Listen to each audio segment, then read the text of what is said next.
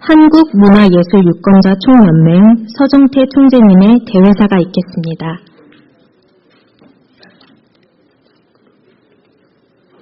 한상.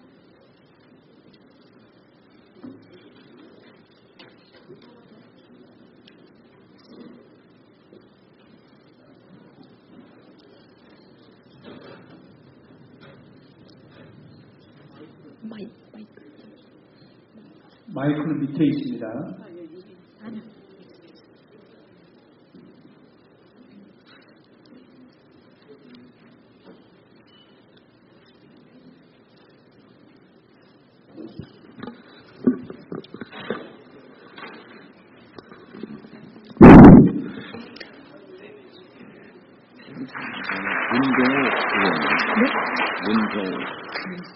대회사 가자 희망의 한국 2015 안녕하십니까. 오늘 본 행사를 주최하신 50여 개의 우리 시민단체와 또한 언론사 여러분들에게 진심으로 감사와 경의를 표합니다. 또한 이 시간을 마련하기 위해서 추진위의 임원들과 기획단들에게 또한 노고를 표합니다. 시대가 우리를 불렀습니다. 그래서 이 자리에 섰습니다. 희망의 대한민국을 만들기 위해서 캐치프레이를 가지고 이렇게 한 자리에 모이게 됐습니다. 존경하는 시민단체 여러분, 국민이 안전하고 행복한 나라를 만들기 위해서 여러분들은 뜻을 모으고 마음을 합치기 위하여 이 자리에 앉았습니다. 궂은 날씨인데도 불구하고 이 땅의 국민들에게 희망을 주고 더 나아가 미래의 대한민국을 희망을 없다는 그 대한민국을 우리 손으로 이끌어 나가기 위해서 이 자리에 모이게 된 것입니다. 이러한 문제는 왜 이런 현상이 일어났고 오늘날 우리 사회의 안전불감증 및 국민 미행복이라는 그 미명 아래 왜 이렇게 살게끔 되어 있는가? 그 이유는 여러분들이 잘 알고 계십니다. 바로 부패한 세력, 부패한 정치인, 그들이 이 나라를 지배했기 때문에 이 나라를 권력의 한 기관으로서 자리하고 있기 때문에 이러한 현실이 일어났고 세월호 같은 아픔 현실이 일어난 것입니다. 그러나 세월호 이후에 사건 이후에 그거를 치유하려고 하는 세력들은 극히 많지 않고 또한 정치인들 및 법조인들은 그들의 주머니를 위한 그들만의 세력을 고치기 위해서 혈안이 되어 있다는 것을 우리는 잘 알고 있습니다. 존경하는 시민단체 여러분, 여러분은 한 국민이며 또한 유권자입니다. 우리는 유권자의 기치로서 이 사회를, 이 정치를, 이 권력의 부정부패를 변화시켜야 할 그러한 힘을 가지고 있는 사람들입니다. 바로 국민이 깨어나 의식이 변해야만이 부정부패를 일삼고 있는 그런 잘못된 정치인 세력들을 우리는 척결해 나갈 수 있고 또한 국회에서 입법화된 국민 소환제를 더 강화시킬 수 있는 그런 역할을 해낼 수 있다는 것입니다. 그러나 지금 이 시점에 국회에서 그들이 국민 소환제를 발동해놓고도 그 역할을 다하지 못한 이유는 무엇 때문입니까? 바로 시민단체가 정치인들에게 빌붙어 있는 그런 현상 때문에 이러한 참혹한 일들이 일어나고 부정부패가 일어나고 권력이 바로 국민들을 세금을 내는 기계로서 만드는 그런 현실이 일어나고 있는 것이 사실입니다. 저는 한국문화예술 유권자 총연맹 중앙선거관리위원회에서 가장 우수한 단체의 대표로서 바로 국민들을 위해서 우리 시민들을 위해서 어떻게 하면은 이러한 우리 국민의 주권을 찾아 우리의 그 권리를 회복할 수 있을까라는 그런 생각에 오늘날 이 시간까지 오게끔 되어 있습니다. 여러분들 만나서 참 반갑고 감사합니다. 우리는 이러한 문제를 개선시키기 위해서 저희에게 주어지는 감시, 감독, 또한 잘못된 부패 정치인과 부패 세력들을 언론에 드러낼 수 있는 그 역할을 다할 수 있는 법적으로 보장될 수 있는 활동이 법적으로 보장될 수 있는 그러한 기반 조건을 저희는 얻어 있기 때문에 우리는 다가오는 2016년 이후에 제20대 총선과 대선을 두고 지금도 꿈틀거리고 있는 잘못된 그 정치 세력들을 과감히 낙선시킬 줄 아는 그러한 결단이 필요한 시기라고 생각합니다.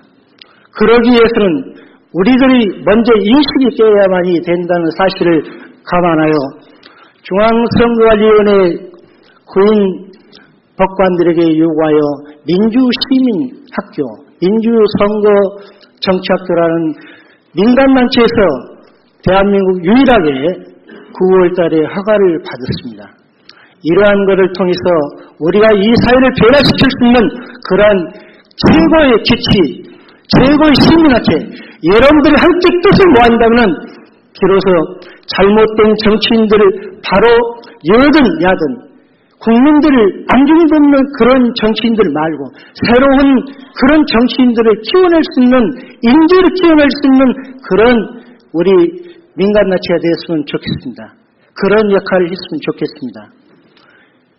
오늘 이 시간을 마련해 주신 여러분들에게 진실로 감사드리며 또한 남은 시간까지 끝나는 시간까지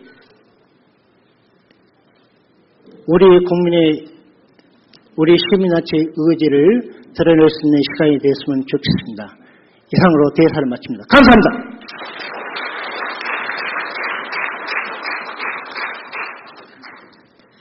다음은 내빈 소개가 있겠습니다. 정동영 전 통일부 장관님 오셨습니다.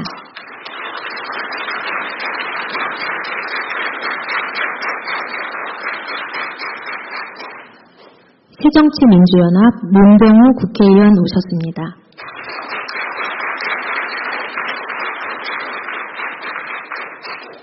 김창수 전 국회의원 오셨습니다.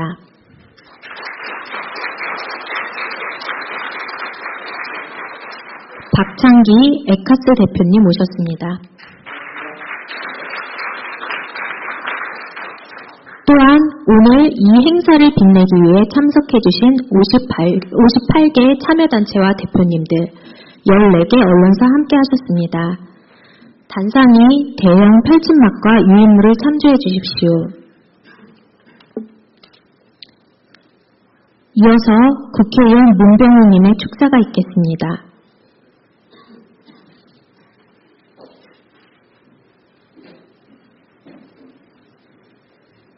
안녕하세요.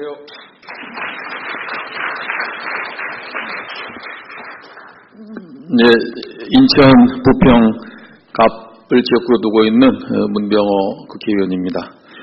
오늘 가자 희망 한국 2015년 2015 행사를 진심으로 축하드립니다. 50개 시민사회단체가 모여서 만든 소중한 행사인 것 같습니다. 저는 사실 오늘 국회의원이 많이 오실 줄 알았는데 저만 왔습니다. 저는 사실 공식 초청받고 온 건 아니고 제가 이제 많은 분들과 카톡방에서 같이 소통을 하고 있는데 제가 좀 여기 모이신 분하고 뜻을 같이 하는 명이에요. 그러니까 제가 소통하는 카톡방에는 이 모임에 대한 공지가 엄청나게 많이 떴더라고요.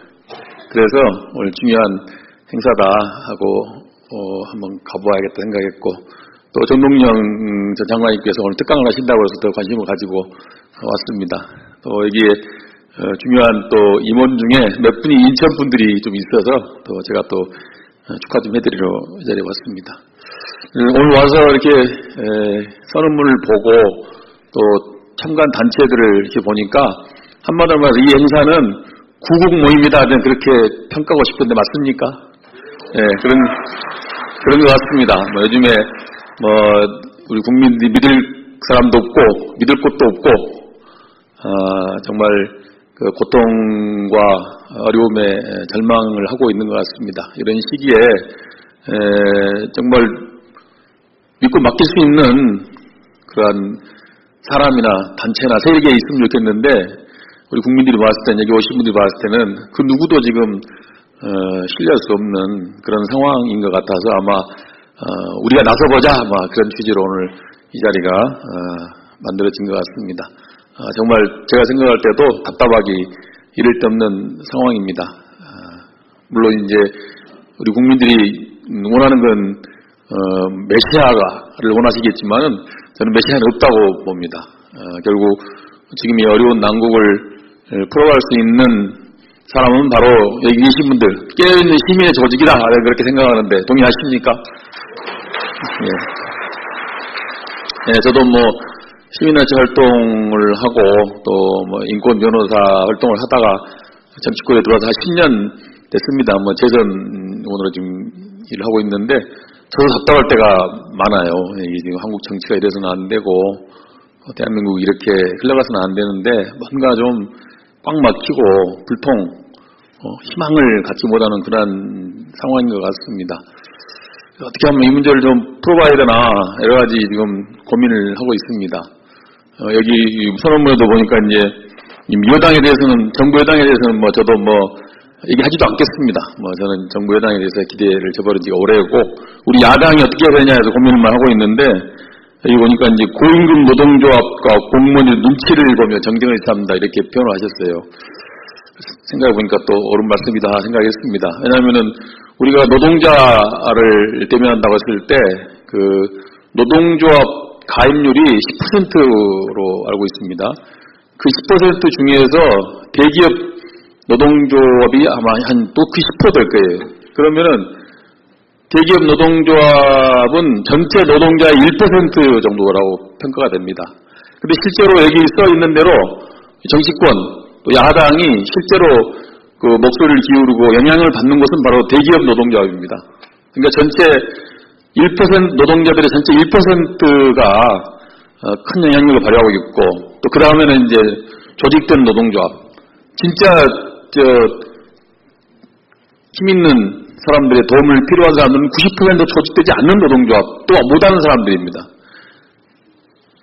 근데 저희 정치권이 그 90% 조직되지 못한 노동자는 말할 것도 없고 조직되어 있는 노동조합원의 목소리도 다 반영하지 못하고 있다. 이것이 바로 대한민국의 현실이고 어려움입니다. 근데 뭔가 이 소통 구조나 이런 것들이 좀 바뀌어야 된다. 저는 늘 우리 한국 정치가 테이블 정치라고 저는 늘 그 주장을 해왔습니다. 그 테이블에 앉는 사람이 누구냐? 고위공무원, 그 다음에 국회의원, 그 다음에 이해관계 단체 임원들, 보통 사람들, 보통 회원들, 일반 사람들 그 테이블에 앉지 못합니다. 그런데 모든 국가 정책이나 국가의 중요한 것들이 다 그 테이블에 앉는 사람들의 이해관계에 따라 결정이 되고 있다.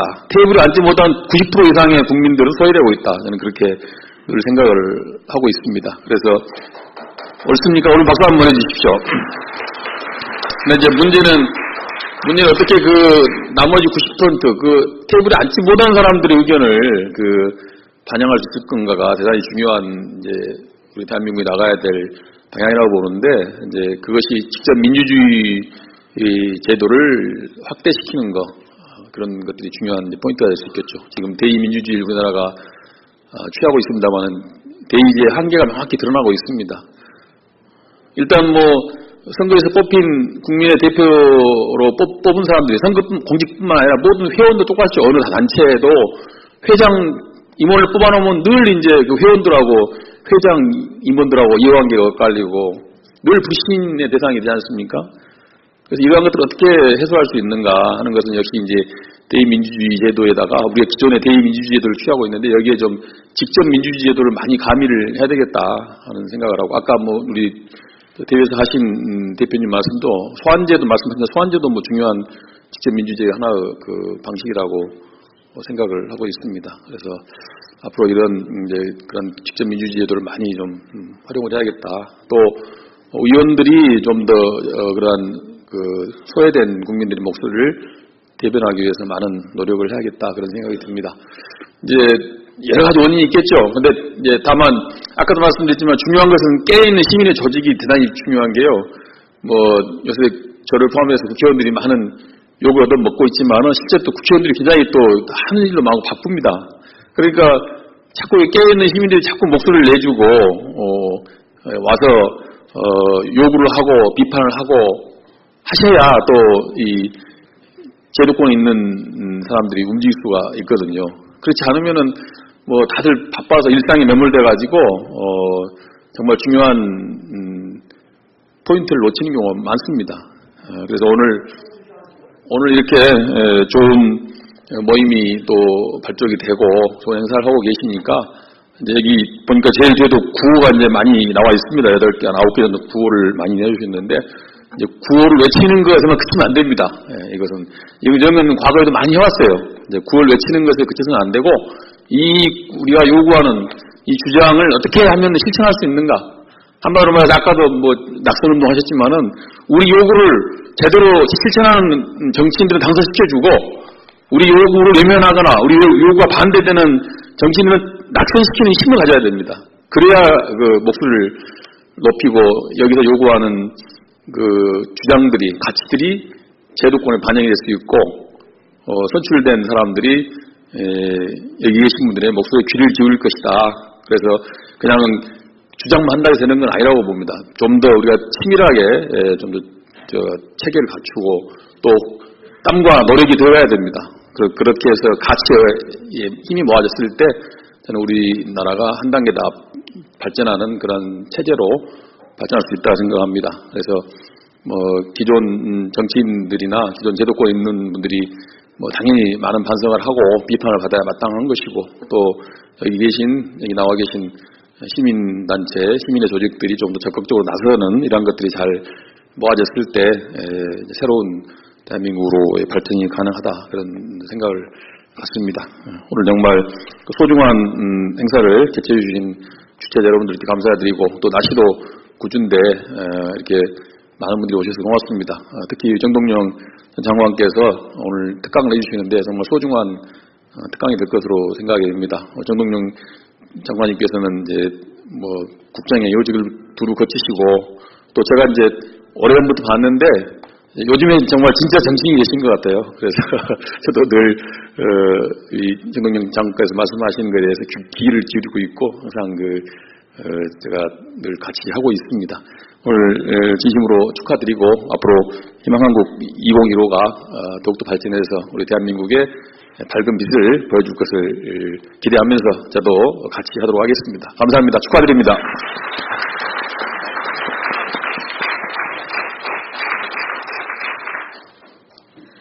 다음 순서는 정동영 전 통일부 장관님의 축사 겸 강연이 있겠습니다. 강연 주제는 통일 대박과 희망 한국입니다. 큰 박수로 환영해 주십시오.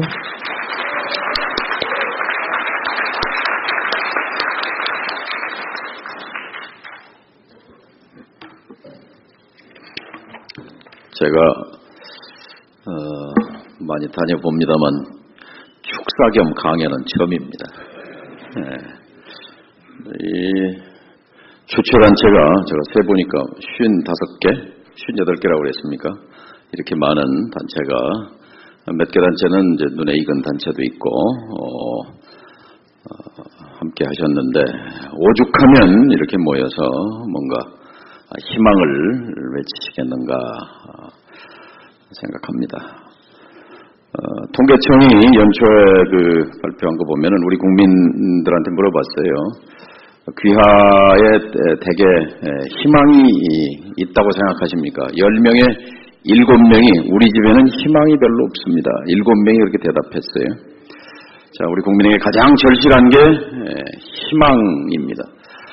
근데 희망은 사실 우리가 지난 몇십 년 동안 이 발전 국가, 경제가 계속 성장하는 국면에 살았기 때문에 늘 올해보다는 내년이 나아지고 거기서 나름대로 그 중산층 서민들에게도 온기가 전해지고 그랬는데 아시다시피 8%, 7%, 6%, 5, 4, 3, 2 이제 비행기가 땅에 가라앉듯이 곧 땅바닥에 이제 착지할 판이에요.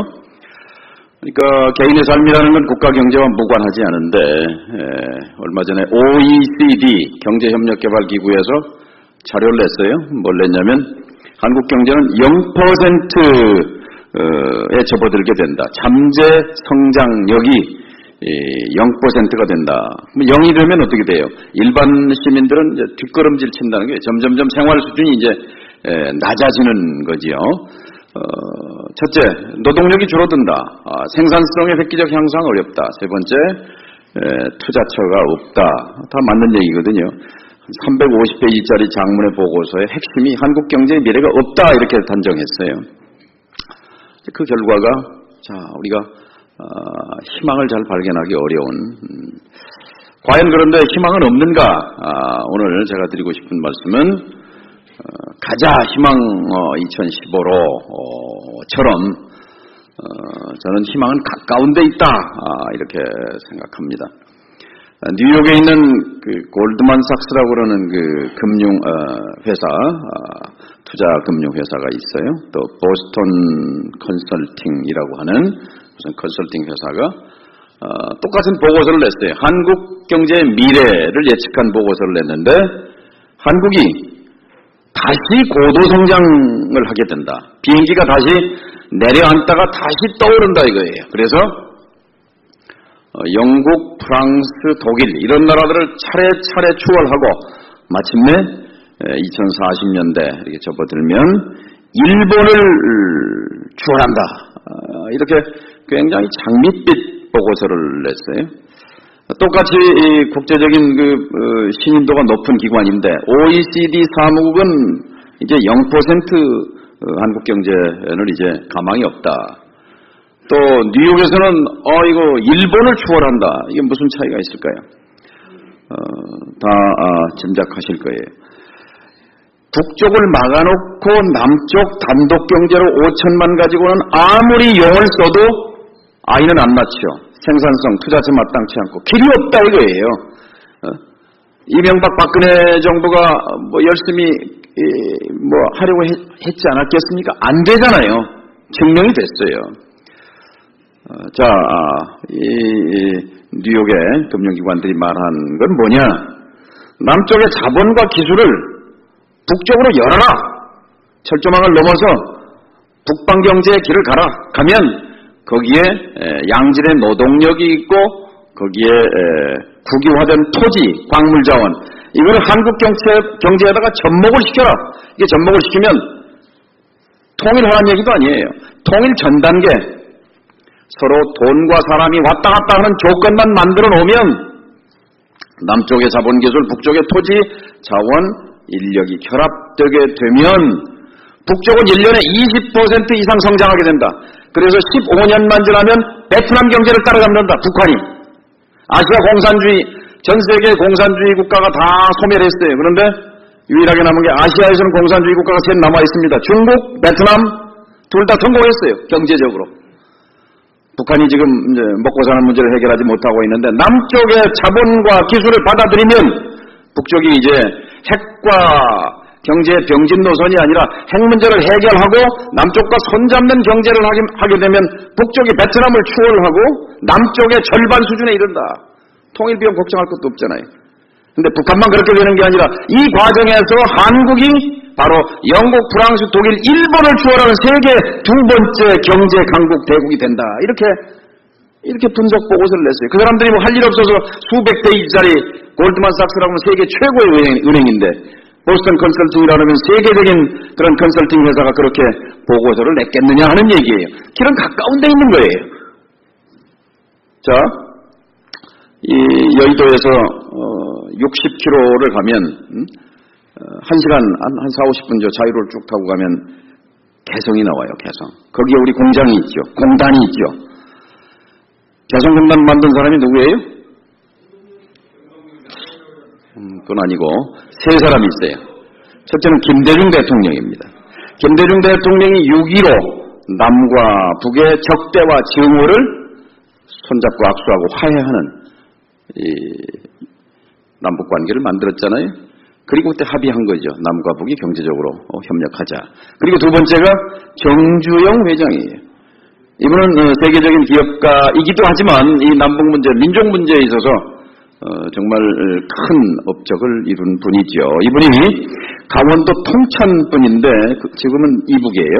17살 때 아버지가 그 집안 행사에 쓰려고 소를 한 마리, 집에 키우던 소를 장에 팔아서 소 판 돈을 벽장에다 넣어놨는데 밤중에 살그머니 일어나서 그 돈을 훔쳐가지고 도망쳤어요. 가출을 했어요. 아침에 그 아버지가 얼마나 절통했겠어요. 이 죽일 놈이, 예? 아들이 안 보이지. 이 돈 없지. 그러니까 정주영 회장이 성공한 뒤에 가슴에 맺힌 게 그거예요. 그 아버지에 대한 죄의식, 그 다음에 그 한이죠. 한 1998년 500마리, 501마리, 1001마리를 소떼를 몰고 판문점을 유전선을 넘어갔어요. 왜 1001마리죠? 1000마리면 1000마리지? 예? 진행이요. 그렇죠. 한 마리는 원본이고 1000마리는 이자예요. 이자. 원래 훔쳐온 거 그거 아버지한테 돌려드리고 내가 성공해서 1000마리를 가져왔습니다. 이거예요. 그러니까 그건 북쪽에 뭐 김정일 위원장한테 갖다 바친 게 아니라 아버지 영전에 바친 거예요. 그때 제일 감동한 사람이 북쪽 김정일 위원장입니다. 그때 합의된 것이 개성공단이에요. 개성공단을 하기로. 그래서 개성공단을 하기로 해서 이제 경상남도 창원 모델로 2000만 평, 가로 8km, 20리 이렇게 해서 개성 시내까지 관광지구, 골프장, 뭐 공원 뭐 이렇게 해서 정주영 회장이 설계도를 갖다가 줬어요. 그러면서 두 가지를 요구했어요. 하나는 인건비가 전 세계에서 제일 싸야 합니다. 토지 가격이 제일 싸야 합니다. 김정일 위원장이 좋다 그랬어요. 그런데 이제 문제가 하나 있어요. 뭐냐? 정주영 회장이 말하기를 이 2000만 평이 완성이 되면 여기에 50만 명 거주하는 도시인데 35만 명의 공장 인력이 필요해요. 노동자가. 근데 개성 주변의 인구를 다 해보니 30만이 안 된단 말이에요. 애들 빼고 노인들 빼면 공장에 사람을 넣을 수가 없잖아요. 이 문제가 제일 애로사항입니다. 그랬더니 김정일 위원장이 그때 2000년 8월 10월입니다. 이걸 다 완공하려면 2000만 평을 다 하려면 얼마 걸립니까? 경남 창원의 경우 8년 걸렸습니다. 8년이면 2000만 평이 다 됩니다. 이렇게 말했어요. 2000년 얘기입니다. 8년 걸려요. 김정일 위원장이 대답하기를 김대중 대통령과 정상회담도 했고 8년 같으면 그때쯤 가면 남북관계가 많이 발전해 있지 않겠소? 그렇다면 그때 내가 인민군 군대 30만 명의 군복을 벗겨가지고 공장에 넣어주겠어? 이렇게 말했어요. 자, 정치라고 하는 것은 바로 이같은 북쪽 지도자가 머릿속에 가졌던 인민군 군대 30만 명의 군복을 벗겨서 개성공단 공장에 넣어주겠다는 것, 이것을 실현하는 것이 대한민국 지도자가 할 일 아니겠습니까, 여러분? 여러분 어떻게 생각하세요?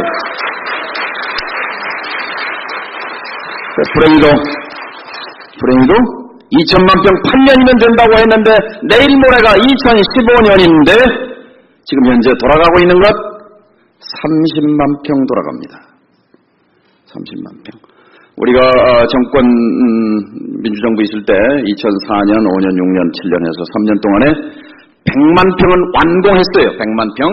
100만 평이 여기 뒤에 있는 그 펼침막이라고 생각한다면 그 100만 평에는 뭐가 들어있냐면 그 저수지 만들어서 전기, 문산에서 고압 송전탑에서 10만 킬로와트 전기 공급하고 있어요.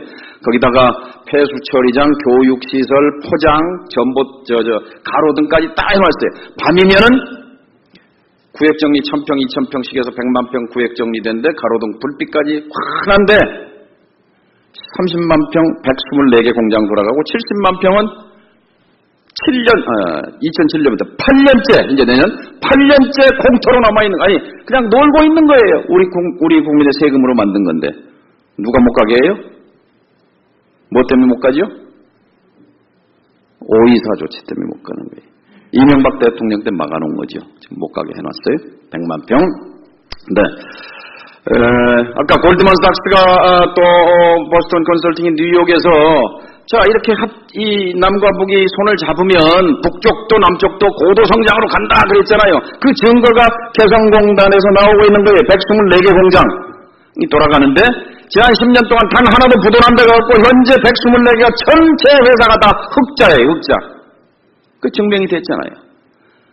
그래서 이 기업 중소기업들은 다 거기를 가고 싶어 해요. 오늘 2014년 12월 15일인데 공교롭네요. 딱 10년 전 2004년 12월 15일이 개성공단이 첫 번째 공장이 돌아간 날이에요. 거기서 제1호 냄비가 나왔어요. 냄비 공장. 리빙아웃라고 식기 만드는 공장인데 그러니까 10년 전 이 시간쯤 롯데백화점에서 북쪽에서 아침에 만든 냄비가 옮겨와가지고 몇백 개 세트를 놨는데 그냥 쭉 줄 서서 다 팔렸죠. 제가 그 냄비를 가지고 어디로 갈게요? 개성에서 가지고 와가지고 동교동에 갔어요. 동교동. 김대중 대통령한테 선물로 드렸더니 저를 얼싸안고 그렇게 좋아하시더라고요. 본인의 꿈이 실현된 거예요. 남과 북이 손잡고 드디어 이제 물건이 만들어졌다. 오늘로 10년이에요. 사실은 8년이면 2천만 평이 다 된다고 했는데 10년이 지났는데 30만 평 돌아가고 있어요. 누구 탓이지요? 정동영이가 대선에서 떨어진 탓이에요. 그래서 뭐 남 탓할 것도 없지요. 죄송하게 생각해요. 어쨌든 그 개성공단을 이제 2000년에 합의했어요. 정주영 회장이랑. 근데 2000년, 2001년, 2002년, 2003년, 2004년, 5년, 4년, 5년이 되도록 물건이 안 나와요. 8년이면 2천만 평 다 한다고 그랬는데 5년째. 그래서 제가 통일부 장관을 차원했습니다. 아니 개성공단 만들기로 했는데 물건이 안 나오지 않느냐. 내가 가서 이거 한번 만들어 봐야 되겠다. 그리고 갔어요. 2004년 7월 1일 날 통일부 장관에 취임하면서 제가 직원들을 불러놓고 내가 여기에 온 것은 개성공단 한다고 2000년에 했는데 2004년 7월이 되도록 물건이 안 나온다. 올해 안에 내가 물건을 만들어내야 되겠다. 그거 하려고 왔다. 근데 와서 딱 들여다보니까 뭐가 있냐. 장애물이 있어. 무슨 장애물이? 미국이 반대하는 거예요. 미국이. 왜 반대? 핵 문제가 터져 있어서 2차 핵 위기. 핵 문제가 지금 심각해서 전쟁이 난해하고 하는데 북쪽 땅에다 공장을 짓는다는 게 이게 한가한 소리다. 미국이 반대하고 있었어요. 할 수가 없어요. 미국이 반대하면. 그래서 제가 바로 보따리 싸가지고 미국으로 갔습니다. 미국 국방부에 갔어요. 근데 한국의 통일부 장관은 외국의 통일부 외국하고 장관회담 할 일이 없어요. 왜냐하면 전 세계에 한국 말고 통일부 장관이 있는 나라가 몇 나라나 되겠습니까? 몇 나라 있어요? 그렇죠. 통일부 장관이 없잖아요. 근데 당시에 이제 저는 NSC 국가안전보장회의 위원장이라는 그 사실 센 자리였습니다. 국정원장, 국방부 장관, 통일부 장관, 외교부 장관, 안보수석 이걸 다 통하라고 통합 조정하는 자리였으니까 그래서 미국 국방부 장관을 만났어요. 만나서 앉자마자 개성공단 지도를 내밀면서 개성이 어디 있는 줄 아십니까? DMZ 비무장지대 건너편 북쪽 영토요. 근데 미국 국방장관 럼스펠드의 머릿속에는 하나에서 10까지 전부 이라크로만 차 있는 거예요. 2003년에 이라크에 쳐들어가서 10명 겨우 전사관하고 바그다를 함락했는데 그 다음 날부터 폭탄 테러 미군 전사자가 100명, 1000명, 2000명, 3000명 막 늘어나고 있는 거예요. 정신이 없어. 개성 들이밀면서 자 한미연합사가 한미동맹군이 제일 신경 쓰는 게 뭐냐? 총심이 짧다는 거예요. 휴전선에서 서울은 60km, 연평도 대포가 60km 나가요. 그러니까 거기서 서울을 향해서 서 있는 장사정포가 쏘면 1, 2분 내에 광화문 내거리에 떨어지는 거예요. 근데 한국은 DMZ에서 한국군은 평양이 180km 떨어졌어. 그러니까 대포로는 갈 수가 없어. 미사일이나 쏴야 평양에 떨어지는 게 절대적으로 불리한 조건이잖아요. 그러니까 어떻게 하느냐. 한미동맹이 돈과 물자와 사람과 총 집중하는 게 사전 경보 기능. 사전에 무슨 이상한 기후가 있나 이걸 알아보기 위해서 인공위성으로 계속 사진 찍고 정찰기 띄워서 감청하고 사람 이게 정보 분석하고 이런 것들이에요. 태평양 건너가면은 샌프란시스코 바로 밑에 세계적으로 제일 유명한 그 페블비치라는 골프장 있는 동네가 있는데 거기에 이 산 꼭대기에 태평양 건너에 국방대학이라는 게, 국방언어대학이라는 게 있어요. Defense Language Institute인가, DLI라고. 제가 그 동네를 언제 지나가다가 한국 분들하고 간담회를 했는데, 거기 여자 선생님들이 몇 분 있더라고요. 근데 그 DLI의 교수라는 거예요. 뭘 가르치십니까? 했더니 한국말을 가르친다는 거예요. 그래서 그런데 이제 그분들 말씀이 한국말을 가르치는 교수가 400명 있다고 그래요. 그래서 내가 깜짝 놀라가지고, 아니, 무슨 그렇게 숫자가 400명씩이나 교수가 있냐 그랬더니, 누굴 가르치냐 그랬더니 미군 병사들 한국말 가르친다는 거예요. 뭔 일 하느냐? 아까 얘기한 사진 찍고 감청하고 한국말 자료 분석하려면 미군 병사들이 한글과 한국말을 알아야 되잖아요. 근데 거기에는 제일 많은 게 아랍어를 가르치는 사람이 1300명 교수가 있고, 그 다음에 중국말 가르치는 사람이 800명 있고, 그 다음에 영광스럽게도 한국말이 3위로 세 번째로 400명이나 된다는 거예요. 그러니까 정확하게 말하면 북한말이겠죠. 북한말. 그러니까 미국이 얼마나, 그걸로 봐도 미국의 세계 전략의 이해가 중동, 중국, 한반도 굉장히 중요한 이해관계가 있다고 이렇게 볼 수 있는 거지요. 그래서 제가 말하기를, 그 북쪽 영토에다가 특히 개성은 6.25 때 남침로, 또 미군이 유엔군이 평양 진격할 때 이 북쪽 진군로 전략적 요충인데, 이걸 8km 2천만 평을 우리한테 영토로 경제 영토로 내주겠다는 것은 조기 경보 기능이, 북쪽의 이상 징후가, 거기는 북쪽의 포병 여단, 정예 2개, 사단 병력이 2개, 그 다음에 각종 중화기와 탱크와 포가 질비하게 늘어서 있는데 거기를 내주겠다는 것은 서울이 얼마나 안전해집니까? 그 다음에 조기 경보 기능이 최소한 24시간 내지 48시간 향상되는 거 아닙니까? 그런데 왜 속도 조절하라고 미국이 개성공단 못하게 합니까? 앞뒤가 맞잖아요. 그래서 럼스펠드가 제 주장을 받아들입니다. 그 다음날 부시 대통령이 그때 부시인데요. 보고를 해요. 부시 대통령 그때 잘 모르니까 하여튼 럼스펠드 장관이 얘기하자고 그러면 하자는 대로 하는 거죠. 그래서 180도 미국이 정책을 바꿉니다. 오케이, 개성공단 하자. 이렇게 돼서 이제 돌아오자마자 삽질을 시작해서 12월 15일, 오늘입니다, 오늘. 2004년 12월 15일 첫 공장에서 그 라면 끓이는 냄비가 1호 공장에서 이제 나와서 2개, 10개, 20개, 124개 공장이 현재 돌아가고 있는 거예요. 이게 2천만 평이 완공이 되면 어떤 효과가 있느냐? 북한 경제가 대개 전문가들 한국은행 한 300억 불 된다고 그래요. 1년에 30조. 우리 경제가 얼마죠? 1조 2천억 달러예요. 한번 계산해 보세요. 1조 2천억. 그 다음에 북쪽이 한 300억. 근데 300억 달러 같으면 1인당 국민소득이 1200불 된다는 건데, 그러면 굶지 않아요. 제대로 이렇게 평가해보면 한 절반, 150억 달러 수준이에요. 15조. 우리나라 경제는 1200조 경제예요. 1200조, 저쪽은 15조. 되게 몇 배쯤 됩니까? 한 7, 80배 차이가 나는 거죠. 근데 이 개성공단 2천만 평이 다 완공이 되면 이게 북한 경제, 전체 경제의 한 5배 그 정도의 덩치를 갖습니다. 그걸 통해서 북한은 시장 경제를 이해해요. 회계라는 게 뭐고, 세금이라는 게 뭐고, 노무관리가 뭐고, 이런 거에 대해서 이제 습득하고 학습을 하게 되는 거죠. 그러니까 당장이라도 오이사 조치만 해제하면 줄 서 있어요. 중소기업들. 어디 방글라데시나 인도네시아 가는 것보다는 여기서 60km만 가면은 개성인데, 수원이나 여기 시흥 공장 만드는 건 똑같은 거예요. 근데 거기 가면 인건비가 한 달에 공식으로는 7만 원. 잔업까지 해서 13만 원 주면 14만 원 주면 한 달 사람을 쓰는 거예요. 여기 시골에 가서 감 따는 것도 가을에 7만 원, 8만 원인데 하루에. 거기는 한 달 사람 쓰고 13만 원, 14만 원이니까 장사 열심히, 물건만 팔리면 돈 벌게 돼 있잖아요. 땅값이 여기 인천이나 이런데 우리 문병호 의원님 부평공단이나 남동공단 이런데 평당 500만 원 하잖아요. 600만 원. 거기 50년 사용권에 14만 9천 원에 분양이거든요. 그럼 거의 땅값이 제로에 수렴합니다. 1000평, 2000평, 5000평 이렇게 쓰게 되면. 그러니까 땅값 부담과 인건비 부담으로부터 헤어나기 때문에 공장 뜯어서 외국으로 갈 공장이 외국으로 갈 필요가 없잖아요. 이렇게 되면은 어떻게 되느냐.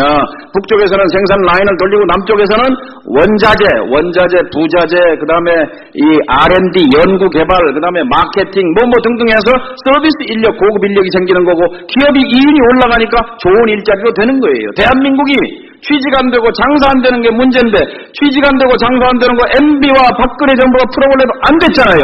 길이 있어요. 뭐냐? 오이사조치 해제해라. 개성공단 돌려라. 그래서 남과 북이 손잡고 가면 북도 고도성장, 남도 고도성장하면은 취지가 안 되고 장사 안 되는 문제 풀릴 거 아니겠습니까, 여러분? 동의하십니까? 네, 마지막으로 중국 사람은 하는데 왜 한국 사람은 못합니까? 7년 전에만 해도요, 중국은 으르렁거렸어요. 한국은 정상회담도 하고 개성공단도 만들고 금강산 관광도 갔는데 지도자가 한 사람 바뀌었어요. 국민당의 마잉주라고. 이 사람이 들어서자마자 첫째, 정치와 경제를 분리합시다. 통일 얘기는 나중에 하고 우선 서로 오고 가고 투자하고. 그래서 어떻게 됐냐? 작년에 올 1년 동안에 700만 명이 서로 오고 갔어요. 일주일이면 비행기가 600편 대만과 중국 본토를 오고 갑니다. 여행하고 통신하고 송금하고 마음대로. 더더구나 중국 본토에서는 대만 사람들한테 영주권 신청해라. 200만 명 영주권 줬어요. 마음대로 와서 땅 사고 집 사고 살아라. 중국 사람은 하는데 왜 한국 사람은 못합니까? 남북이 손잡고 정상회담 했던 그 시절을 다시 우리가 만들게 되면 우리도 함흥 가서 원산 가서 백두산 가서 빌라도 짓고 가서 집도 사고 땅도 사고 왔다 갔다 이렇게 하면 북도 잘 살게 되고 남도 잘 살게 된다는데 길이 있는데 왜 이 길을 안 가냐 이 말이에요. 이게 희망 2015년으로 가는 첫 관문이다, 첫 열쇠다 이렇게 생각합니다. 감사합니다. 근데 아무리 이렇게 말해봐야 이 정권에서는 잘 안 될 것 같아요. 에? 그래서 방법은 뭐냐? 정권 바꾸는 수밖에 없습니다. 그래서 그래서 우리 지금 당의 주요한 전략본부장인데 문병호 의원이 잘해야 정권을 잡을 것 같아요. 문병호 의원한테 박수 한번 크게 쳐주십시오. 감사합니다. 제가 끝까지 경청해야 되는데 또 뭐가 있어갖고 좀 양해해드리고 갑니다. 감사합니다.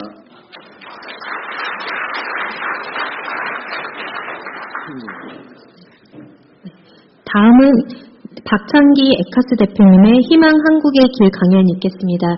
방송실 스크린 좀 내려주세요.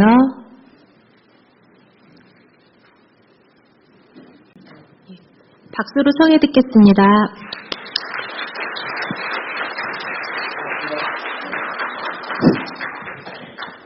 정도영 기자님이 워낙 중요한 말씀하셨는데요. 저는 그보다는 좀 덜 중요하지만 그래도 역시 중요한 우리나라의 경제 문제, 그 다음에 정치, 사법 이 문제를 좀 다뤄보도록 하겠습니다. 저는 많이 알려진 사람은 아닌데요. 정동영 의장님이 아까 말씀하신 골드만삭스라고 하는 회사, 미국의 최대 투자은행이죠. 제가 한 10년쯤 전에 제가 벤처기업을 세웠는데 골드만삭스라는 회사에서 저희 회사에 투자해서 벤처업계, IT업계에서는 제법 유명한 사람입니다. 제 이름은 박창기라고 하고요. 지금 금융 관련, 헤지펀드 관련하는 에카스라는 회사의 대표이사면서 인천 송도에 있는 뉴욕 주립대학에서 금융공학 연구소 소장을 맡고 있습니다. 제가 오늘 발표 제목을 희망 한국으로 가는 길 이렇게 정했는데요. 제가 이제 이런 강연들을 하게 된 거는 저는 원래 기업인으로 오랫동안 활동을 했습니다. 삼성그룹에 들어가서 CJ그룹에서 약 한 14년 근무를 했고요. 그러는 사이에 제가 런던 지점에서 4년, 그 다음에 뉴욕에서 8년 일하면서 국제 경험을 좀 많이 했습니다. 그리고 99년도에 한국에 와서 이제 IT 관련 벤처 기업을 했었고요. 그러다 보니까 제가 굉장히 여러 가지 일을 하게 됐습니다. 그리고 이제 최근에는 책을 몇 권 썼는데요. 혁신하라 한국 경제라는 책을 제가 이제 나름대로 국제적인 경험과 공부한 거를 경제 공부를 한 것을 정리해서 썼고요. 그 다음에 작년에는 제가 블랙오션이라는 책을 썼고 그 후에 이런 경제 정치와 관련된 강연들을 많이 다니게 됐습니다. 그래서 오늘도 이런 중요한 자리에 제가 불려오게 된 게 이런 나름대로 넓은 안목을 가지고 국제적인 감각을 가지고 정치 경제 문제에 대해서 객관적인 시각으로 얘기할 수 해달라는 그런 주문을 받고 온 것 같습니다. 제가 이제 2014년을 마치면서 우리가 2015년 희망 한국을 이제 얘기하기 전에 2014년을 과연 어떻게 생각하나 해서 이제 핵심 키워드를 한번 생각해 봤는데요. 국가의 기능이 고장난 게 아니었나 이런 생각이 들었습니다. 또 하나는 서민 경제가 파탄에 이르지 않았나 이런 생각이 들었는데요. 우선 올해 초에 생겼던 세월호 사건을 보면서 세월호 사건 자체도 굉장히 심각한 문제였지만 이 사건을 해결하는데 너무 어렵고 아직도 해결 안 되는 어떤 국가가 가진 기능이 심각하게 지금 문제가 있다. 이런 느낌들을 많은 국민들이 갖고 계십니다. 그래서 우리가 전 국민들이 이 문제에 대해서 진짜 애통해 하고 문제를 해결하고자 하는 많은 의지가 있음에도 불구하고 아직도 실마리조차 보이지 않는 그런 참 참혹한 상황이고요. 또 최근에 터진 이 정윤회 사건을 보면서 아니 어떻게 국가에서 뽑아준 권력자가 아닌 다른 사람들이 이 국정을 농단할 수 있느냐 이런 심각한 문제가 지금 터져나왔고요. 그 다음에 엊그제 터진 이런 조현아 사건을 보면서 아니 어떻게 재벌 3세가 이렇게 엄청난 권력을 휘둘리면서 서민들과 직장인들을 그렇게 괴롭히고 국가의 안전을 비행기의 안전을 훼손하는 일을 할 수 있느냐 이런 것이 일상화됐다는 것이 이제 조금씩 터져 나오고 있는데요. 그래서 저는 이제 우리나라가 이 국가의 기능이 굉장히 문제가 있구나 이런 느낌들을 받았고 우리나라 2014년도에 우리가 느꼈던 게 바로 국가의 기능의 어떤 문제 또 하나는 서민경제의 파탄 이런 두 가지가 아니겠느냐 생각을 해봤습니다. 그래서 우리가 이 자리에서 모인 이유가 그렇지만 우리가 희망을 갖고 2015년에는 무언가 해보자. 아까 문배영 의원께서 구국의 모임이라고 말씀하셨는데 저도 그런 생각이 듭니다. 그래서 이런 우리가 모여서 구국의 어떤 바람을 일으킬 수 있지 않을까 하는 생각에서 제가 몇 가지 말씀 시작하겠는데요. 일단 서민경제 파탄과 관련해서 참 어렵죠 지금. 여러분들 주변에 이웃에 굉장히 어려움들 많이 계실 텐데요. 중요한 지표들 보면 우리나라의 1인당 자살률이 1988년, 87년이면은 우리나라가 민주화된 해죠. 그러고 나서 과거 한 17년 정도 지났는데 그 사이에 우리나라 경제는 굉장히 많이 발달했습니다. 근데 어떻게 이렇게 자살률이 많이 증가했을까? 한 8명 수준에서 지금 10만 명당 30명 수준까지 늘어났습니다. 우리나라 자살률이 전 세계적으로 굉장히 작은 나라에서 거의 최대 국가가 됐습니다. 진짜 살기 어려운 나라가 됐다는 거죠. 또 하나는 출산율입니다. 약 한 1.8명, 2명 가까이 한 사람이 애를 낳던 시절에서 지금은 1.1명까지 떨어졌습니다. 그래갖고 결과적으로 보면 우리나라 인구가 지금 급격하게 줄어들고 있는데요. 작년에 우리나라에서 태어난 아이가 43만 명밖에 되지 않습니다. 약 한 20여 년 전에는 70년대는 우리나라에서 한 거의 80만 명 가까이 태어났습니다. 한 해에 태어나는 인구가 아이가 반밖에 안 되는 얘기는 그렇게 되면 산부인과도 어렵겠죠. 유치원도 어렵겠죠. 또 앞으로 초등학교 어려울 거고 중학교, 고등학교 어려울 거고 대학교도 어려울 것이고 그 관련된 모든 산업들이 힘들어질 것이고 어떤 생산 능력은 줄어들면서 우리가 부양해야 될 노인 가족들은 많은 굉장히 어려운 경제 사정이 될 거라고 지금 보고 있습니다. 참 어려운 상황인데요. 그 중에서 굉장히 중요한 지표로 제가 보는 것이 이게 우리나라의 분배 구조가 굉장히 악화됐다라는 점인데요. 93년 정도까지만 해도 우리나라의 상위 10%의 급여 생활자들, 소득자들이 약 29%를 가져갔습니다. 나머지 71%를 90%가 나눠 가졌죠. 근데 최근에 보면은 약 44%를 가져갑니다. 상위 10% 소득자가 44%를 가져가고 90%가 불과 56%로 나눠 갖는 소득 격차가 급격히 나빠진 그런 나라가 됐다는 거죠. 그래서 아마 이런 소득 격차의 확대와 그런 그것이 이런 자살률 증가와 직접 관계 있는 것이 아닌가. 그다음에 또 이런 애를 덜 낳는 풍조와 관계 있는 게 아닌가 이런 생각을 하는데요. 며칠 전에 그런 얘기를 하더라고요.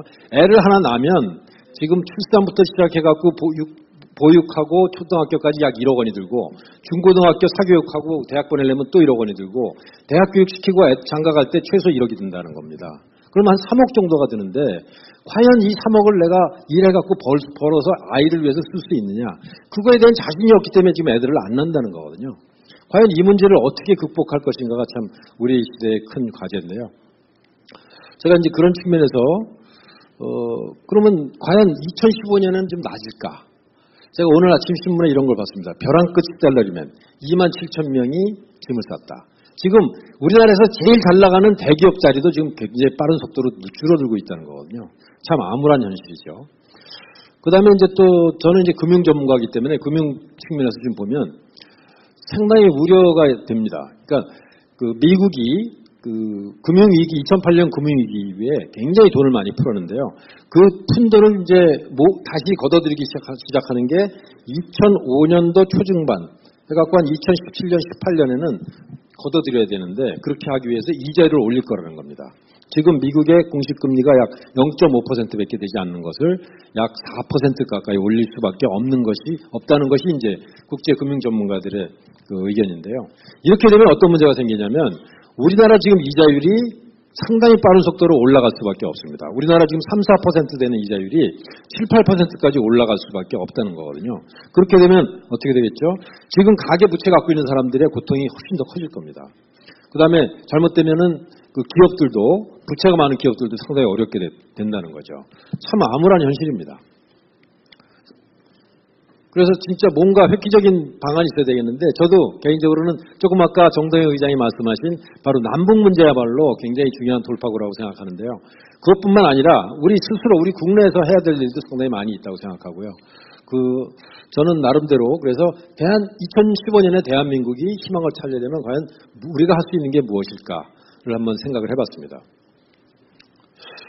그래서 여기 오늘 오신 분들이 워낙 여러 생각을 가진 다양한 분들이 오셔갖고 과연 우리가 생각을 모을 수 있는 기본이 될 수 있는 게 뭘까 생각에 제가 대한민국 헌법 1조를 생각해봤습니다. 여러분들 잘 아시다시피 대한민국은 민주공화국이다. 잘 아시죠? 그 다음에 대한민국의 주권은 국민에게 있다. 대한민국의 주인은 국민이라는 겁니다. 그 다음에 중요한 것이 모든 권력은 국민으로부터 나온다. 이게 우리나라의 헌법 1조입니다. 근데 과연 권력이 국민으로부터 나오고 있을까? 여러분들 우리나라 권력자가 누구라고 보세요? 어디야? 네, 검찰은 우리가 뽑은 사람 아니죠. 그 다음에 뭐 감사원 아니죠. 그죠? 법원 우리가 뽑지 않았잖아요. 근데 어쨌든 엄청난 권력들을 갖고 있습니다. 근데 그런 권력을 갖고 제대로 국가의 그 방향을 잡고 서민들, 국민들을 위해서 활동하느냐? 그렇지 않다는 의심을 지금 많이 받고 있는 거죠. 여기에도 사법피해자 모임 하신 분들도 계신데요. 제가 그래서 이 문제를 기초로 한번 말씀을 좀 더 전개해 보겠습니다. 저는 이 사법 권력, 그러니까 국민이 뽑지 않은 사법 권력의 문제와 재벌 권력의 문제가 굉장히 심각한 우리나라의 양극화 문제라든가 서민이 살기 어렵게 되는 중요한 이유라고 생각하는데요. 사실 제가 이제 삼성그룹에 들어가서 CJ에서 약 14년 근무하면서 이거를 아주 눈 깊숙이 봤습니다. 그러니까 재벌이 얼마나 불법을 많이 저지르고 재벌이 얼마나 많은 그 비리를 저지르고 그 비리를 저지르게 하기 위해서 그 엘리트들을 모아다가 그 사람들에게 범죄를 강요하는지를 제가 몸소 느끼고 14년 만에 회사를 떠났습니다. 그리고 제가 한 10여 년간은 침묵을 했습니다만은 그 CJ라는 삼성그룹의 한 회사가 저지른 범죄에 대해서 진짜 분노하고 이제는 내가 좀 발언을 해야 되겠다. 그런 생각을 가지고 그 책에 중요한 내용으로 제가 혁신하라 한국경제에 썼고요. 그리고 그런 현상이 단순히 하나의 회사의 현상이 아니라 우리 사회에 전반적으로 퍼져 있는 아주 심각한 병폐, 암덩어리라고 생각해서 이 문제를 해결하는 것이 중요하다는 생각으로 제가 강연도 좀 다니고 있습니다. 이제 제가 옛날에 모셨던 상사입니다만은 2013년 7월 달에 구속이 됐습니다. CJ 이재현 회장이죠. 이분은 이병철 회장의 장남의 장남인 장손입니다. 그리고 진짜 영화계와 음악계, 그다음에 식품업계를 굉장한 영향력을 갖는 존경을 받아야 되는 사람인데 대단히 많은 범죄 혐의로 구속되게 되죠. 배임, 횡령, 조세 포탈, 비자금, 해외 비자금 엄청난 규모입니다. 해외 계좌로 주가 조작, 외화 도피, 살인 교사까지 있어요. 아니 이렇게 훌륭한 집안에서 태어나서 존경받는 사람이 사회적인 영향이 굉장히 많은 사람이 왜 이런 범죄를 저지르게 됐을까? 참 의문스러운 일이죠. 외국에서는 아마 이런 일이 흔치 않을 거라고 저는 생각합니다. 특히 전지국에서는. 그래서 제가 이 문제를 좀 파헤쳐 봤는데요. 채널에서 이런 얘기도 나오더라고요. 자기가 탈세로 고발되는 것을 막아주면 내 돈을 받은 사람의 이름을 진술하겠다. 이런 지상꼴지까지 당하는데요. 이 사람이 탈세했다고 혐의를 받은 게 약 3,500억 원입니다. 3,500억 원을 탈세했다는 얘기는 1조 원이라고 하는 어마어마한 돈을 숨겼다는 얘기죠. 그리고 이걸 숨기기 위해서 뇌물 주고 뭐 그래갖고 국세청장과 차장까지 구속되는 이제 그런 사태까지 초래를 했는데요. 근데 왜 이런 일이 일어났을까? 범죄가 한두 개도 아니라 굉장히 많은 범죄를 일으키게 된 데는 저는 사법당국이 그동안 수많은 범죄를 은폐하고 봐줬기 때문이라고 생각을 하는 겁니다. 그 대표적인 사례로 제가 설탕 담합 사건을 이제 말씀드리겠는데, 사실은 제가 이 설탕 담합과 관련된 일을 회사에 있으면서 오랫동안 해서 너무나 잘 아는 사건인데요. 2007년도에 CJ가 자진신고로 해서 적발이 됐습니다. 약 15년간 15조 매출액에 3조 원을 담합을 해갖고 부당한 이득을 취했고 전 국민들을 부당하게 일종의 피해를 보게 했다, 이런 혐의로 이제 적발이 됐는데요. 이 사건에 대해서 굉장히 대단한 변호사들을 동원해서 변호를 하게 됩니다. 예를 들면 여기에 나와 있는 천성관, 차동민, 박용석, 박혁준, 남기춘, 지익상 이런 사람들은 거의 검찰총장 후보까지 올라갔던 대단히 실력 있는 그런 검사들입니다.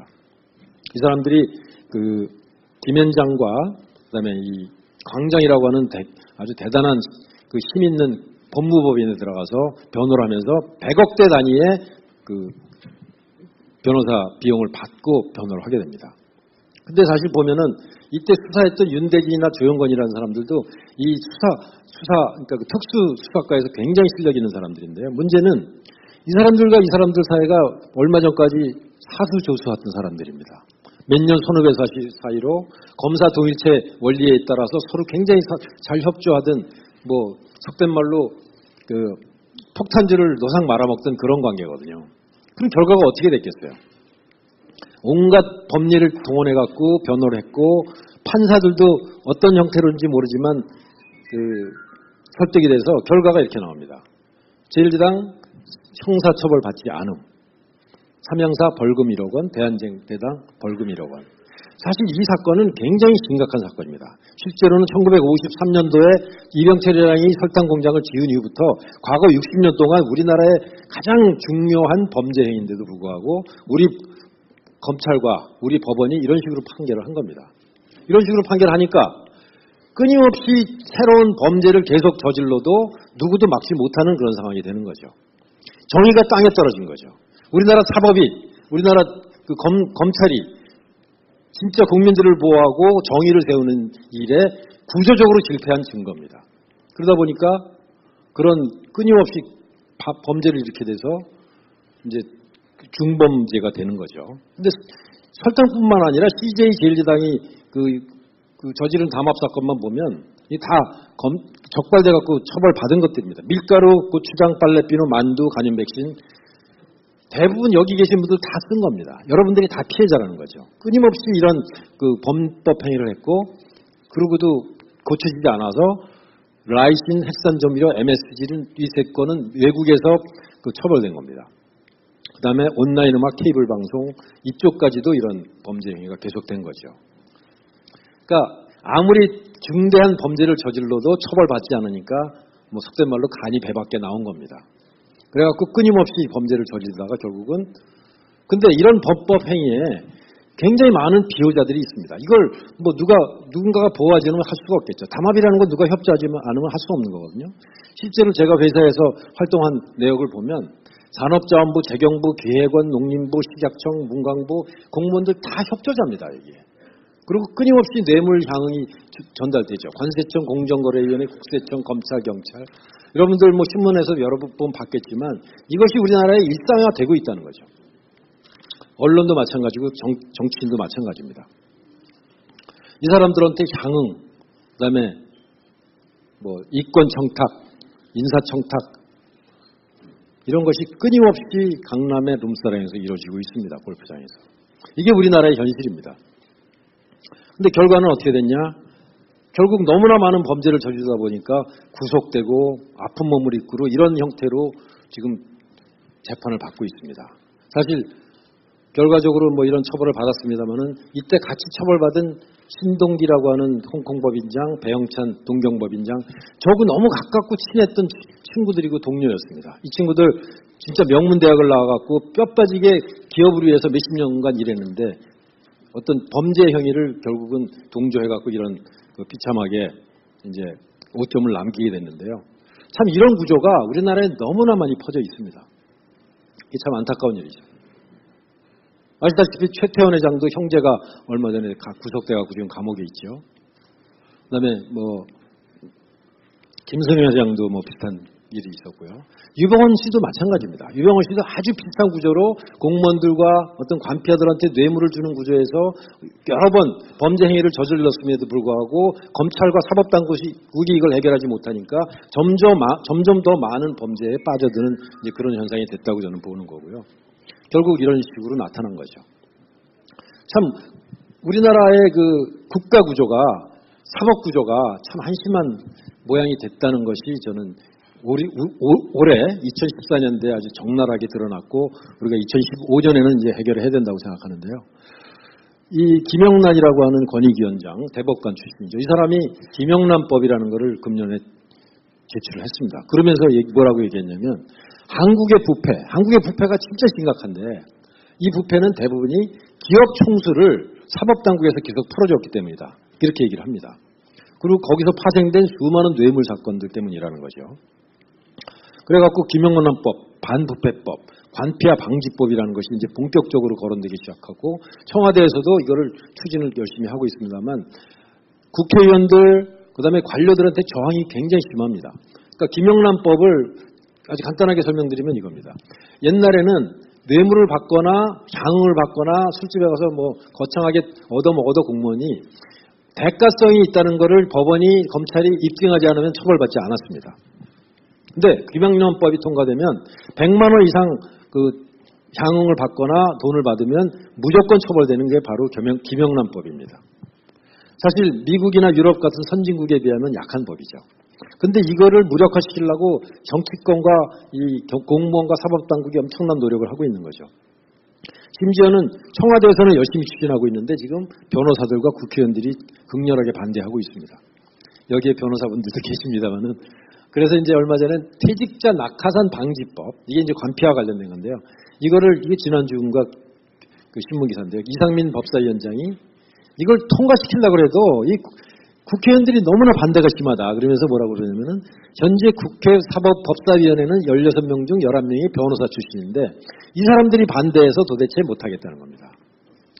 그러면서 그날 12월 5일 날 조선일보 사설에도 로펌에 아까 같은 광장이나 태평양 같은 로펌에 계속 판사, 검사가 낙하산으로 취입해갖고 100억 원 단위의 그런 어떤 그 이권을 취하려고 계속 하겠다는 거냐. 그래갖고 결국 나라를 이꼴로 만들겠다는 거냐라는 얘기가 조선일보 사설에서 나올 정도로 이게 굉장히 심각한 문제입니다. 여러분들 뭐 우리나라의 가장 큰 기업이죠. 삼성그룹의 가계도인데요. 그다음에 지분구조인데 보면은 지금 이제 이재용이 3세죠. 이 사람이 25%의 삼성 에버랜드의 지분을 갖고 삼성그룹을 장악하게 됐습니다. 그런데 이 과정에서 95년도에 1억 원의 증여를 받아서 불과 16억만 세금을 내고 나머지 자금을 가지고 이 100조 규모가 넘는 회사 가치가 100조 규모가 넘는 회사의 경영권을 이재용 씨가 장악했습니다. 그것도 합법적으로. 이게 합법화된 게 어떤 경로를 가졌을까를 여러분들 보실 필요가 있는데요. 이 삼성 에버랜드의 그 불법적인 주식 발행에 대해서 굉장히 말이 많았고요. 그거 관련해 갖고 이건희 회장이 검찰에 소환되고 뭐 그 경영진에서 은퇴하고 이런 일들이 있었습니다. 그 후에 여러 가지 경로를 통해 갖고 결국은 삼성의 탈법적인 상속을 물론 뭐 여당이나 재벌계에서는 옹호했겠지만 노무현 정부 당시 사법부에서 이거를 합법화시켜줍니다. 그건 합법적이다. 그러고 나서 어떤 일이 생겼냐? 삼성뿐만 아니라 현대, SK 수많은 재벌들이 다 비슷한 작업을 합니다. 비슷한 방법으로 탈법적으로 그 시비를 발행해서 그 부당한 상속을 하게 되는 거죠. 그래갖고 결과적으로 보면 삼성 SDS도 최근에 100억을 투자해서 2조를 벌었대죠. 이게 참 부당한 일이죠. 이런 일이 자꾸 일어나니까 어떤 일이 생기냐? 탈법적인 이권 추구가 계속 성공하고 그 뇌물과 향응이 성공하다 보니까 우리 사회가 기회주의, 불신풍조, 황금만능주의가 그 팽배하게 되고 서민들은 점점 못 살게 되는 그런 나라가 됐다는 것이 저는 그 중요한 요인이라고 생각하고요. 그래서 제가 주장하고 있는 것 중에 하나가 그 김영란법 말고 그 외에 리코법이라는 걸 꼭 제정해야 된다. 제가 이런 주장을 하고 있습니다. 리코법이라는 건 뭐냐면 1970년대에 마피아가 워낙 미국에서 득세라니까 보통 범죄는 뭐 적정하게 처벌하지만 조직 범죄, 몇 사람들이 모여서 힘 있는 사람들이 뇌물과 횡령이나 어떤 협박 같은 것을 이용해서 조직 범죄하는 거는 굉장히 강력하게 응징을 해야 되고 20년 그 형으로 가중 처벌해야 되고 이거에 대한 사법 피해, 민간 피해는 약 3배의 가중 처벌을 해야 된다. 이런 리코법을 제정했습니다. 미국에서. 그러고 나서 미국의 마피아가 거의 근절되고 조직 범죄가 거의 없어졌습니다. 그래서 우리나라도 이런 좋은 법의 사례가 있는데 이거를 왜 안 따르는지 참 답답하고요. 우리가 2015년에 해야 될 일 중에 하나가 바로 이런 리코법 같은 것을 제정하는 일을 함께 했으면 좋겠습니다. 그 다음에 뭐 시간이 많지 않은데요. 우리나라 문제가 워낙 많아서 여러 가지 뭐 얘기할 게 많습니다만은 제가 이제 빈부격차 문제에서 중요한 게 임금격차라고 생각해서 이 문제를 간단하게 다뤄보겠습니다. 우리나라 아까 제가 상위 10% 소득이 95년도에 29%를 가져가다가 44%를 가져갔다. 그래서 1990년대까지만 해도 우리나라는 비교적 평등한 국가였는데 과거 한 15년 사이에 급격하게 부의 편중이 심해졌다는 그래프를 이제 국제 비교해서 보여드리는데요. 지금 그래서 미국과 영국 다음으로 우리나라가 가장 불평등도가 높은 나라가 됐습니다. 이것이 바로 DJ 노무현 이명박 정부 때 일어난 일이고요. 그 외환위기와 관련된 일이라고 볼 수 있는데요. 근데 결과적으로 보면 이게 왜 이런 일이 일어났을까? 근데 이걸 상징적으로 보여주는 게 저는 현대차의 근로자 임금 구조라고 생각합니다. 현대차의 정규직은 약 6만 명 정도인데 1인당 8천만 원을 받고 있는데 똑같은 일을 하는 사내 합청 일 6천만 원을 받습니다. 근데 1차 하도급은 4천만 원 정도, 2차 하도급은 3천만 원 정도 받습니다. 근데 노동의 강도나 실력이나 그 기여도는 거의 똑같은데 어떤 사람이 어떤 직장에 있는지에 따라서 이렇게 임금 격차가 큰 나라는 전 세계적으로 거의 없습니다. 바로 이것이 우리나라의 그 임금 격차, 소득 격차, 그다음에 그 서민이 못 사는 중요한 원인 중에 하나라고 생각하는 거고요. 그래서 이와 관련해서 또 공무원들이 지금 지나치게 높은 임금을 받고 있고 연금이 지나치게 많다는 것 때문에 청와대와 여당에서 공무원 연금을 개혁을 추진하고 있습니다. 근데 지금 새정치연합하고 노동조합에서 극렬하게 반대하고 있죠. 실제로 공무원 연금이 지금 한 2조 5천억 정도를 국민 세금으로 보존해줘야 되는데요. 앞으로 10년도 안 돼서 약 6, 7조 원을 국민 세금이 보존해줘야 됩니다. 과연 이런 상황에서 공무원 연금 개혁을 반대한다는 게 과연 어떤 의미인지를 한번 우리가 생각해 볼 필요가 있는데요. 그야말로 우리나라의 사회 지도층이고 여론 지도층인 공무원들이 아주 극렬하게 지금 반대하고 있습니다. 그리고 이것을 민주당, 우리가 그 서민을 위한 정당이라고 하는 민주당이 이것을 반대하고 있죠. 그래갖고 비정규직 근로자들은 급격하게 늘어나는데 그 정규직은 비정규직에서 약 2배 정도 월급 받는 그런 이상한 임금 구조가 지금 고착되어 있고요. 그러다 보니까 우리나라가 20대는 정규직과 비정규직이 비슷하고 30대는 약 6대 4로 정규직이 많습니다만은 40대 지나면은 비정규직이 점점 많아져서 20대 태반이 백수, 45세면은 정년 퇴임한다는 이런 비참한 임금 구조가 된 나라가 된 거죠. 그렇게 되니까 기업들은 정규직 너무 비싸니까 조금밖에 안 뽑고 가급적이면 비정규직을 뽑으려는 그런 현상이 아주 급격하게 일어나고 있는데요. 그 이유 중에 하나가 임금의 연공성 때문이라고 합니다. 예를 들면 스웨덴, 네덜란드, 프랑스 같이 복지 국가들은 그 1년차 근무한 사람하고 20, 30년차 근무한 사람들의 임금 격차가 크지 않습니다. 근데 우리나라는 약 거의 한 3배 가까이로 굉장히 크죠. 이것이 이제 우리나라 고도 성장기에 나타난 문제이긴 한데요. 어쨌든 우리가 복지 국가를 하고 빈부 격차를 줄이려면 이거를 크게 줄일 수밖에 없습니다. 그래서 지금 노동시장 3대 패키지로 중규직을 해야 된다 하는 방식으로 정부가 이제 나서서 일을 하고 있는데요. 어쨌든 갈등이 굉장히 많은 분야죠. 그래서 저는 개인적으로 이 비정규직에 일하는 사람들 너무 비참한 사람들 많습니다. 그리고 희망이 없어요. 특히 20대 때 비정규직이 시작해갖고 소위 88만 원 세대로 일을 하면 제대로 일을 배울 수 없기 때문에 또 2년 있다 또 해고당하고 새로운 직장 가기 때문에 제대로 실력을 키울 수가 없습니다. 이런 사람들을 가지고는 우리나라 경제가 결코 발전할 수가 없기 때문에 저는 비정규직 법에 대해서는 특히 이런 주장을 하고 있습니다. 지금은 한 개인이 비정규직에 취직했다가 2년 지나면은 새로 계약을 해야 됩니다. 그러니까 기업들이 해고하고 또 새로운 사람을 뽑는 경향이 굉장히 많아요. 그래서 제가 주장하는 거는 어떤 기업에서 어떤 직무가 2년 이상 계속 유지되면 절대로 비정규직을 뽑으면 안 되고 그건 정규직화 해야 된다라는 법을 전 국회에서 꼭 만들어주길 바랍니다. 예를 들면 삼성화재나 삼성생명에서 일하는 텔레마케터들, 제 주변에 있는 사람들 얘기를 들어보면 정규직으로서 출퇴근, 정규직하고 똑같이 출퇴근 통제받고 휴가 통제받고 온갖 통제를 하면서 비정규직으로 5년, 10년 동안 일하는 사람들이 너무나 많습니다. 이건 인권 유린이고 진짜 우리 국가의 경제를 좀먹는 일들이 그 삼성그룹에서도 일어나고 있는 거거든요. 그래서 이 직무가 2년 유지되면 비정규직을 금지하는 법을 여러분들과 함께 꼭 추진하고 싶습니다. 찬성하시면 박수 한번 쳐주시기 바라겠습니다. 그래서 이런 우리 젊은이들이 진짜 인간답게 살 수 있는 세상을 만들었으면 좋겠습니다. 예를 들면 현대차 문제를 조금 더 말씀드리겠는데요. 우리나라 2004년도에 국내 생산이 20%에서 해외 생산이 지금 62%까지 늘어났습니다. 물론 국제화되고 여러 가지 이유가 있겠습니다만 현대차가 해외로 그 일자리를 옮기는 이유 중에 하나가 바로 그 노동조합의 고임금이라고 생각하는 거고요. 그래서 저는 그 윤장현 시장이 그 실험이 굉장히 중요하다고 생각합니다. 윤장현 시장님이 이번에 취임하셔갖고 기아차한테 그런 얘기를 합니다. 자, 10만 명을 고용할 수 있는 100만 대를 생산할 수 있는 공장을 짓 때 8천만 원짜리 고임금과 비정규직을 섞는 게 아니라 4천만 원 평균 되는 정규직 위주로 공장을 운영하고 싶다.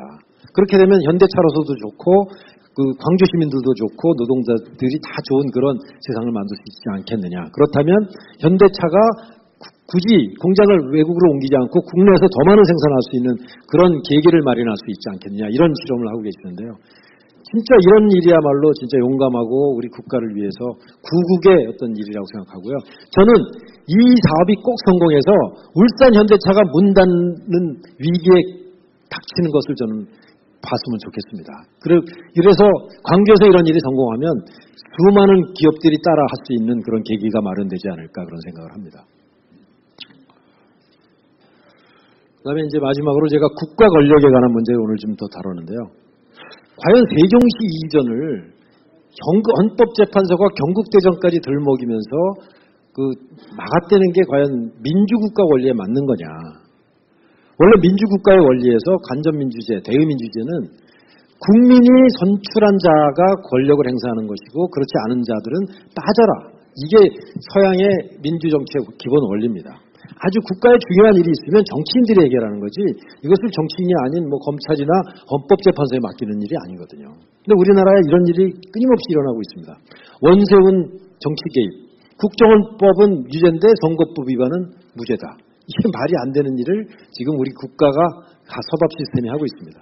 키코 사건이라고 익숙하실지 모르겠는데 저희 벤처기업 업계에서는 엄청난 타격을 준 일종의 금융 사기 사건입니다. 어마어마하게 많은 회사들이 큰 좋은 기업들이 이것 때문에 무너졌는데요. 이 법원이 은행 편을 들어갖고 엄청나게 많은 벤처기업들이 망했습니다. 피눈물을 흘리는 중소기업들이 많았거든요. 이런 일들이 지금 비일비재하게 법원에 의해서 일어나고 있습니다.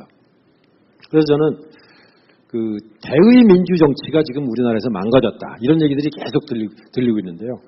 선출되지 않은 자들이 권력을 행사하면 안 된다는 거죠. 예를 들면 검찰이라든가 이런 자들이.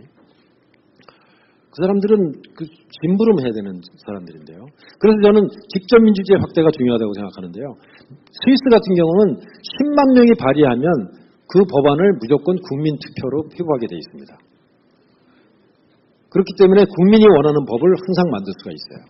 그리고 그 공무원과 국회의원들이 법을 통과시켜도 5만 명이 반대를 하면 바로 국민투표해갖고 취소할 수 있게 돼 있습니다. 그러니까 어떤 일이 일어나냐? 소수 이권 집단을 위한 법들이 만들어지기 굉장히 어려운 겁니다. 그리고 지자체 같은 경우는 100억 이상의 모든 예산은 국민투표, 주민투표에서 결정하도록 돼 있습니다. 그러니까 국가가 낭비를 하지 않게 되는 거죠. 그래서 저는 개인적으로 지금 우리나라가 불행한 이유 중에 하나가 무능한 대의민주제 때문이고, 그 이유가 그 대의민주제에서는 이권 집단을 위한 법을 만들기 쉽고 국민들을 위한 법을 만들기 어렵다는 겁니다. 반대로 행복한 스위스의 직접민주제는 반대로 이권 집단을 만들기 위한 법을 만들기 어렵고 국민을 위한 법을 만들기 쉬운 그런 시스템이라는 거죠. 그래서 제가 이제 이 직접민주제를 확산하는 활동을 좀 나름대로 열심히 하고 있는데요.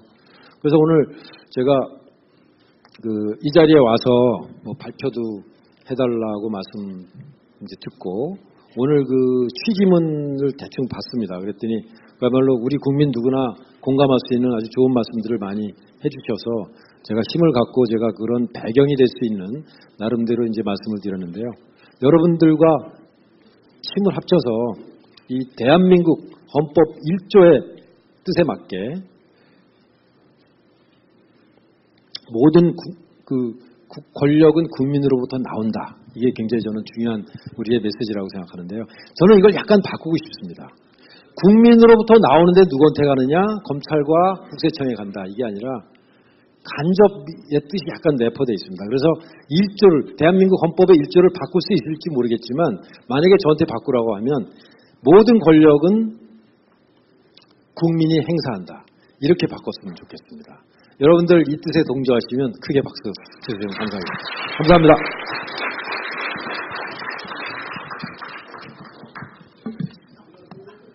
이상 강연이 끝났습니다.